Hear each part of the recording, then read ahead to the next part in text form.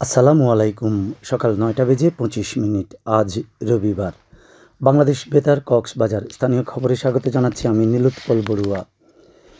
বাংলাদেশের ২৭১ কিলোমিটার সীমান্ত সহ বর্তমানে মিয়ানমারের রাখাইন রাজ্যের ৮০%-এরও বেশি নিয়ন্ত্রণ করা আরাকান আর্মির সাথে যোগাযোগ রাখার আহ্বান জানিয়েছেন নিরাপত্তা বিশেষজ্ঞ, সাবেক কূটনীতিক এবং শিক্ষাবিদরা।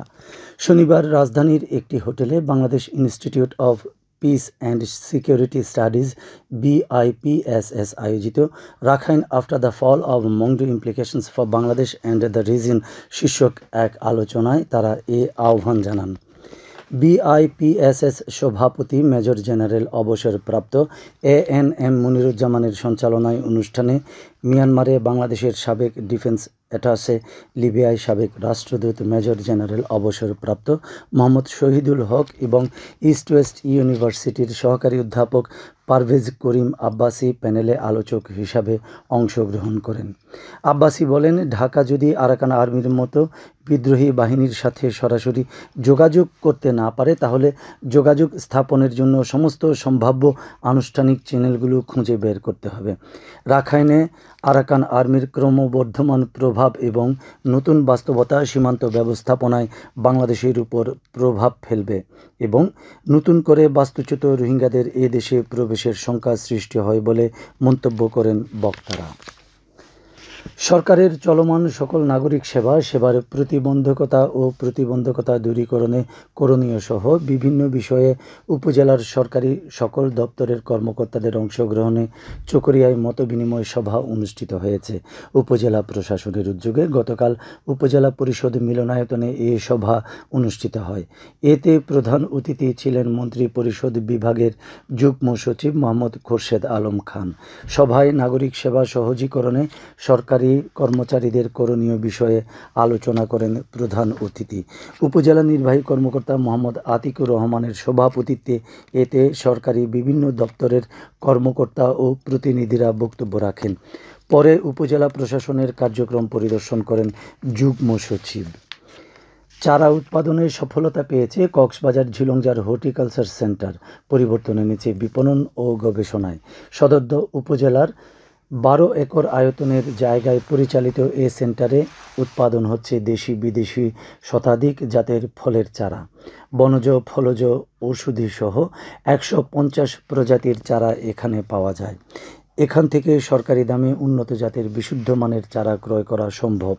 প্রতি বছর প্রায় 70,000 চারা উৎপাদন হয় বলে জানিয়েছেন সংস্থাটিতে নিয়োজিত কর্মীরা, যেখানে থেকে প্রতি বছরে 10 লাখ টাকা রাজস্ব আয় হচ্ছে।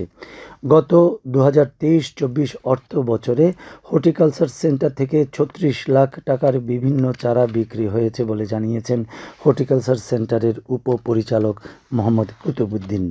সেন্টারটি কক্সবাজার জেলার পাশাপাশি পার্শ্ববর্তী জেলার চারার চাহিদা পূরণে ভূমিকা রাখছে বলেও জানান তিনি। কক্সবাজার জেলার নবনিযুক্ত আইন কর্মকর্তাদের প্রশিক্ষণ কর্মশালা অনুষ্ঠিত হয়েছে।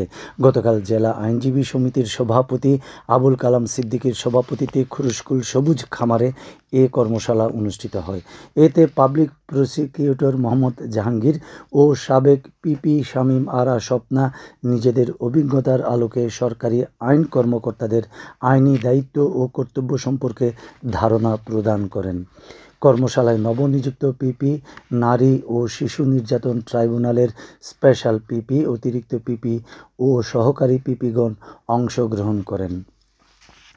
কক্সবাজার টেকনাফ মেরিন ড্রাইভে মোটরসাইকেল দুর্ঘটনায় এক শিক্ষার্থীর প্রাণহানি হয়েছে। এতে আহত হয়েছেন আরও একজন। গতকাল ইনানী সমুদ্র সৈকত সংলগ্ন মেরিন ড্রাইভ সড়কে এ দুর্ঘটনা ঘটে। নিহত শিক্ষার্থী সাজিদ কবির কক্সবাজার সরকারি উচ্চ বিদ্যালয় থেকে এবার এসএসসি পাশ করে। সে জেলা সমবায় কার্যালয়ের উপসহকারী নিবন্ধক মোহাম্মদ কবির আহমদের ছেলে। প্রত্যক্ষদর্শীরা জানিয়েছেন, টেকনাফ থেকে কক্সবাজারগামী দ্রুতগতিতে আসা একটি মোটরসাইকেল ইনানী সংলগ্ন মেরিন ড্রাইভ সড়কের পাশে গাছের সঙ্গে ধাক্কা লেগে পড়ে যায়। এতে মোটরসাইকেলে থাকা 2 জন আরোহীর একজন ঘটনাস্থলে প্রাণ হারান। উখিয়া থানার ভারপ্রাপ্ত কর্মকর্তা ওসি মোহাম্মদ আরিফ হোসেন ঘটনার সত্যতা নিশ্চিত করেছেন। আবহাওয়া এখন জানিয়ে দিচ্ছি বাঁকখালী নদীর মোহনা ও সংলগ্ন এলাকার সামুদ্রিক জোয়ার ভাটার সময়সূচি। আজ ভাটা শুরু হয়েছে সকাল 9টা 24 মিনিটে, চলবে বিকেল 3টা 35 মিনিট পর্যন্ত।